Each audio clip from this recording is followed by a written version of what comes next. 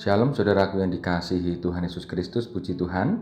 Hari ini kita diberikan kesempatan kembali oleh Tuhan untuk menikmati hari baru pemberiannya. Firman Tuhan pada hari ini terambil dari Mazmur 113 ayat yang ke-7 demikian. Ia menegakkan orang yang hina dari dalam debu dan mengangkat orang yang miskin dari lumpur. Saudaraku yang dikasihi Tuhan Yesus Kristus berbicara tentang lumpur, maka seringkali yang suka mandi lumpur adalah anak-anak.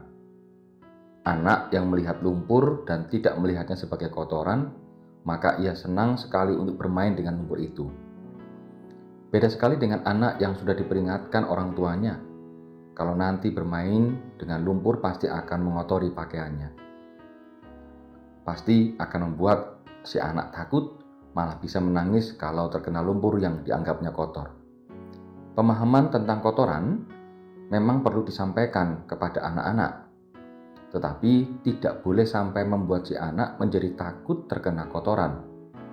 Apalagi sampai membuat si anak tidak mau menyentuh barang atau apapun yang terlihat kotor. Kalau sudah begini, anak akan kehilangan daya kreatifnya, karena sedikit-sedikit takut dengan yang terlihat akan mengotorinya.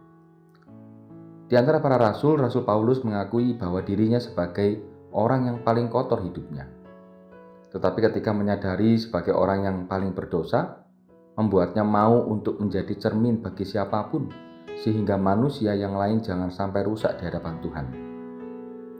Dengan pengakuan itu, Rasul Paulus yang sudah diselamatkan oleh Tuhan tidak takut untuk bertemu dengan siapapun.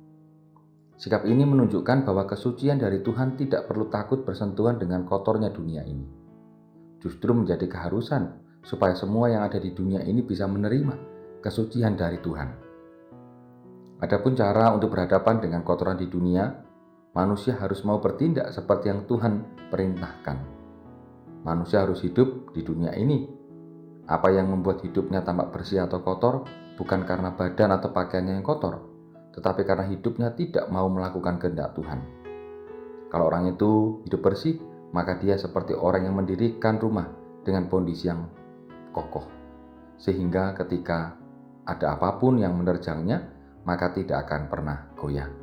Mari saudaraku yang dikasihi Tuhan, kita bersama-sama menjadi anak Tuhan yang jauh daripada kotoran lumpur, hidup sesuai dengan kebenaran Tuhan, maka lihatlah berkat Tuhan senantiasa ada pada hidup kita. Kiranya Tuhan menolong dan memberkati kita semua. Amin. Mari kita berdoa. Tuhan, tolong kami agar kami senantiasa hidup seperti Rasul Paulus yang menyadari bahwa hidup kami telah disucikan oleh Engkau, dan kemudian hidup kami persembahkan sebagai ucapan syukur kami. Terima kasih Tuhan atas kasih setiamu, terima kasih atas anugerah-Mu. Di dalam nama Tuhan Yesus Kristus kami berdoa. Amin.